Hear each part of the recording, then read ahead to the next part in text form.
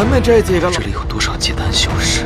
遇上一句了，我可能真的要在比赛。幻天明，没想到卿兄可吩咐，打一架的，别来！韩某。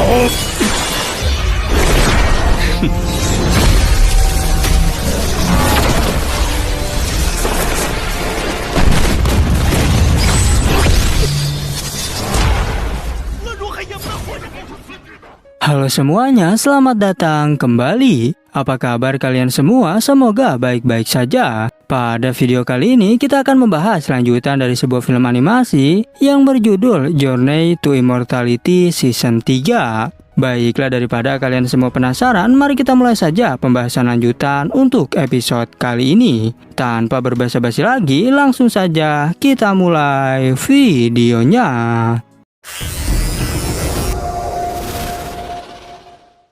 Cerita ini berlanjut, kita diperlihatkan Han Li yang masih bertarung dengan Master Xuan Gu. Dan Master Xuan Gu yang sangat kesal kembali melancarkan serangan. Han Li pun bergegas untuk menahan serangan tersebut. Walaupun sudah berhasil menahannya, tapi Master Xuan Gu terlalu kuat. Sehingga ia menambahkan serangan lagi yang membuat pelindung Han Li hancur seketika. Bahkan kini jasad teman-temannya mulai dikendalikan untuk menyerang Han Li. Han Li terus berusaha melakukan perlawanan. Ia menyadari bahwa Master Xuan Gu bisa mengendalikan jasad orang mati. Dan jika mereka dijadikan boneka, maka hal ini sangatlah berbahaya. Dikarenakan tak punya pilihan lain, Han Li pun terpaksa menggunakan pedang guntur emas. Karena hanya pedang gunturlah yang mampu menghilangkan aura kejahatan. Dan benar saja setelah menggunakannya, Han Li berhasil melumpuhkan mereka.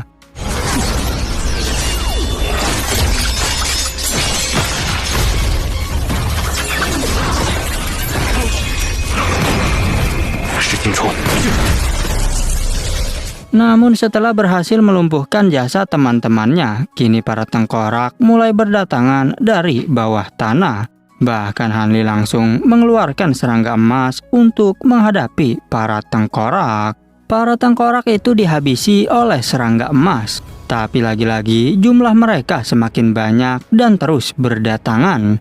Sampai-sampai Han Li menggunakan para boneka untuk melawannya. Boneka gorila menghajar para tengkorak, begitupun sebaliknya. Dan Master Xuan Gu terkejut karena tengkoraknya berhasil dibuat terpojok. Sehingga ia mulai menambahkan kekuatan lagi bagi para tengkoraknya.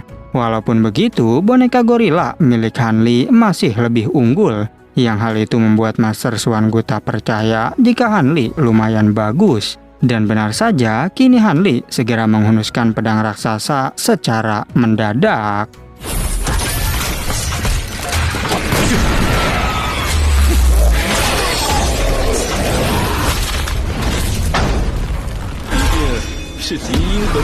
Ketika pertarungan berlangsung, Master Xuan Gu kurang yakin jika Han Li berkaitan dengan Ji Yin maupun Ji Xuan. Tetapi Han Li kembali lagi mengeluarkan serangga emas miliknya. Namun Master Xuan Gu tetap santai sambil berkata bahwa sepertinya kita bisa mengobrol jika seperti ini.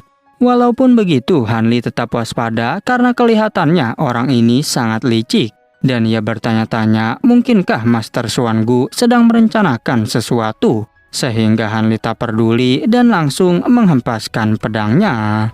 Meskipun sudah berusaha, tapi lagi-lagi Master Xuan Gu sangatlah kuat. Dan ia mengingatkan agar kau jangan menyerangku dengan senjata biasa. Tapi keluarkanlah bambu gunturmu yang sebelumnya kau gunakan. Secara tiba-tiba, Master Xuan Gu menyerang Han Li dari arah belakang. Tetapi Han Li dapat mengatasinya dengan teknik bayangan. Dan rupanya bayangan itu membuat Master Xuan Gu sedikit kesulitan.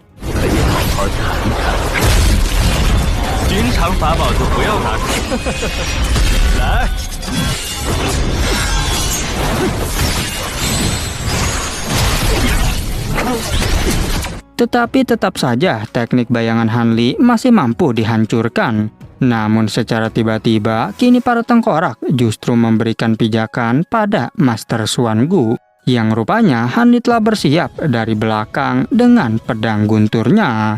Pedang itu seketika melesat dengan cepat dan nyaris membuat Master Xuangu terluka. Tapi ketika Hanli melancarkannya sekali lagi, Master Xuangu berkata, "Jika cuma bambu guntur emas, aku juga memilikinya." Saat itu Master Xuangu melepaskan panah bambu guntur, sehingga terjadi adu kekuatan bambu guntur di antara mereka, yang membuat Hanli tersadar jika memang benar panah tersebut dimurnikan dari bambu guntur.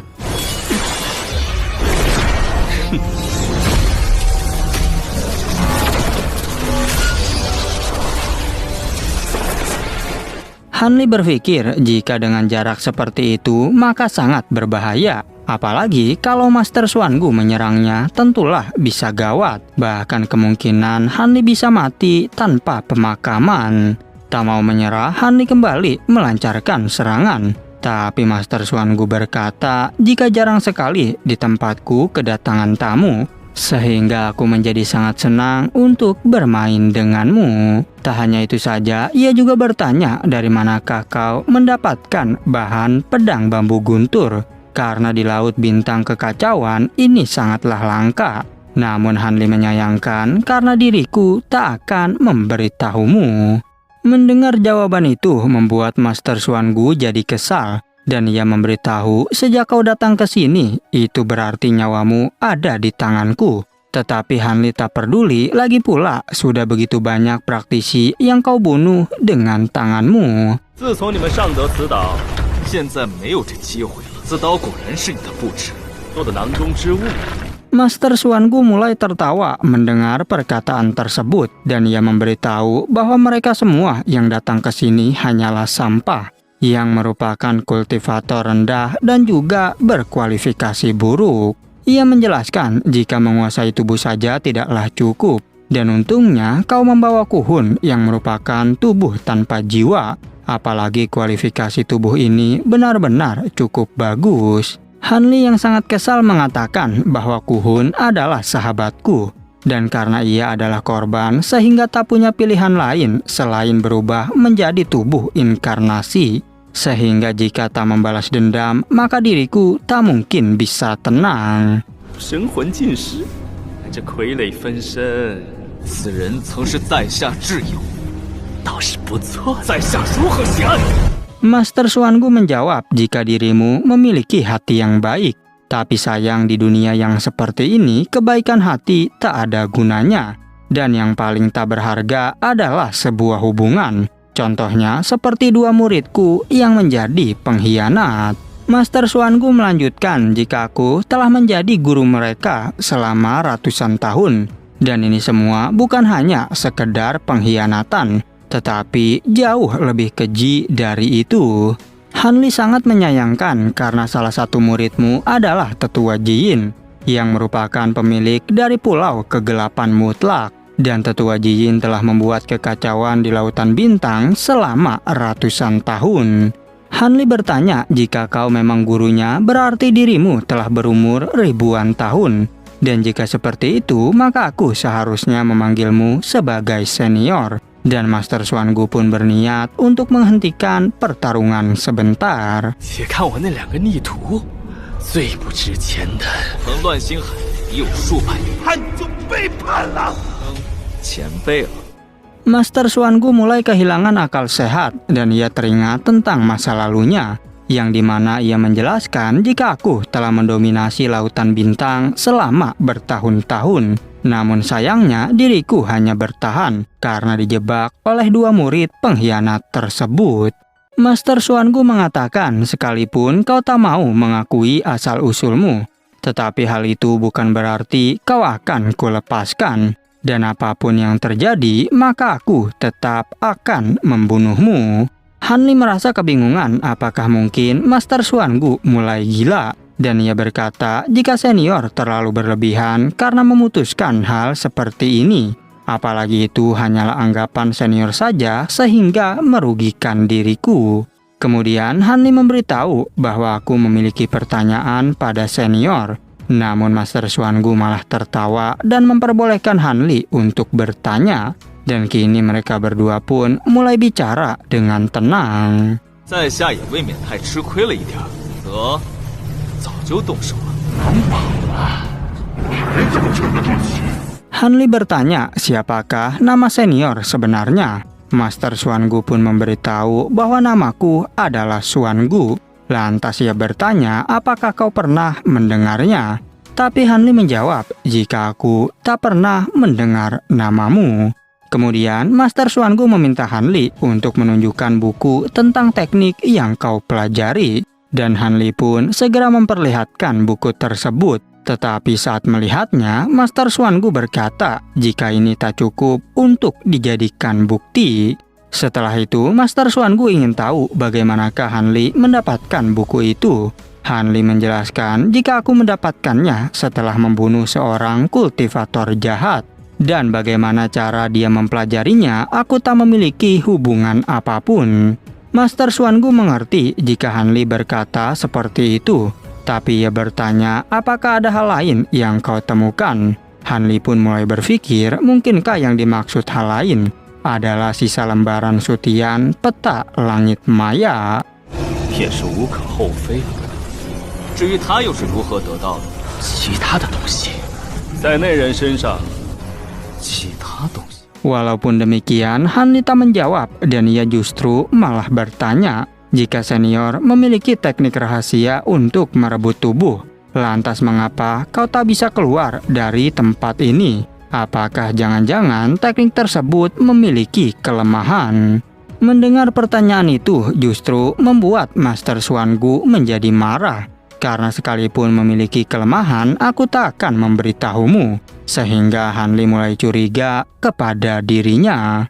Tak hanya itu, Hanli juga mengatakan jika aku telah menjelaskan semuanya. Dan apabila senior tak percaya, maka kita hanya bisa bertarung. Lagi pula, senior seharusnya tahu jika bambu ini mampu mengalahkan kekuatan jahat. Master Xuangu menjadi kesal karena Hanli terlalu berani. Bahkan setelah mengetahui akan sama-sama terluka parah, tapi kau tak merasa takut. Sehingga jika seperti itu, maka aku akan menuruti keinginanmu. 其中神雷专克一血，该说的在下也都说了，尊重神雷，在下。 Namun di saat Master Xuangu hendak menyerang, ia tiba-tiba berhenti. Dan seketika dirinya tertawa karena menyadari sesuatu. Yang rupanya dari dalam tubuh ia mengeluarkan secari kertas. Hanli menyadari jika lembaran itu merupakan potongan dari peta langit maya. Dan ternyata saat ini gerbang Istana Sutian sudah waktunya untuk dibuka. Dan peta langit maya adalah titik koordinat untuk menuju ke Istana Sutian. Secara tiba-tiba, Master Xuangu tak mau membuang waktu lagi bertarung dengan Hanli. Lagi pula Hanli tak memiliki hubungan apapun dengan kedua murid pengkhianat. Sehingga ia harus pergi karena ada urusan yang jauh lebih penting. Sebelum pergi, Master Xuangu mengingatkan agar Hanli berhati-hati. Karena jika kau datang ke sini lagi, itu akan berbahaya. Dikarenakan dua pengkhianat itu mungkin bisa datang ke sini. 你和那两个逆徒没有关系。另外，给你个忠告，本座另有要事在身，恐怕我那逆徒。 Setelah kepergiannya, Hanli merasa kelelahan karena ternyata bambu guntur emas menguras energi yang sangat besar. Apalagi jika pertarungan terus berlanjut, maka mungkin hal buruk akan terjadi. Kemudian Hanli berharap agar teman-temannya beristirahat dengan tenang. Dan ia berjanji jika di masa depan aku akan membalaskan dendam kalian. Lalu ia segera menghilangkan jasad teman-temannya. Setelah itu Hanli keluar dari tempat tersebut. Dan ia berpikir jika sepertinya tetua Jiyin juga menyadari pembukaan Istana Sutian. Dan setelah memberikan penghalang, Hanli bergegas pergi dari sana. 若是日后再叫我遇上此人，还是速度离去，有可能会感知到此处。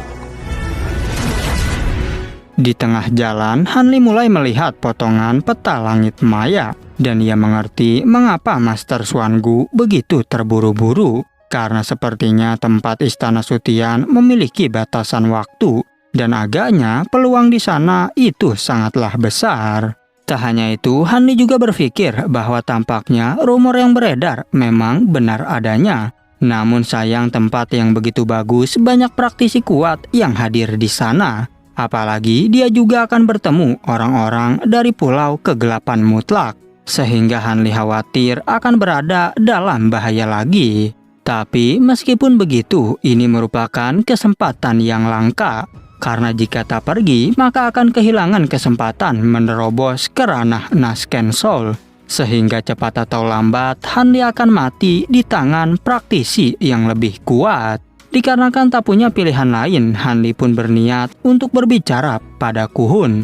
Namun ia baru teringat jika Ku Hun sudah tidak ada. Oleh karena itulah, Han Li pun pergi ke Istana Sutian seorang diri. 师傅，像七雄他们这般去巨天殿看看吧。 Singkat cerita, 1 bulan kemudian, terlihat Han Li yang telah sampai di Istana Sutian. Dan ia sangat terkejut karena seketika awan terbuka dengan bangunan yang begitu megah. Dan pada akhirnya, film pun bersambung. Tapi mari kita saksikan cuplikan untuk episode berikutnya. Pada episode berikutnya, kita akan diperlihatkan Han Li yang telah berada di Istana Sutian. Dan di sana juga ada Wu Chao yang ikut hadir. Begitu pula dengan Master Xuan Gu dan juga Tetua Ji Yin. Tak berhenti sampai di situ, di sana terlihat banyak praktisi kuat. Bahkan ada juga praktisi wanita yang sedang bersiap untuk bertarung. Tetapi tiba-tiba muncul seorang tetua bertubuh kekar yang berniat menyerang seseorang. 嘘，听上元婴老馆，咱们这几个这里有多少结丹修士？遇上一句了，哇，可能真的要在野菜。冠天明，没想到听说和吩咐，打一架的，月了。传某。 Oke, cukup sekian, terima kasih untuk video kali ini dan sampai jumpa di video berikutnya.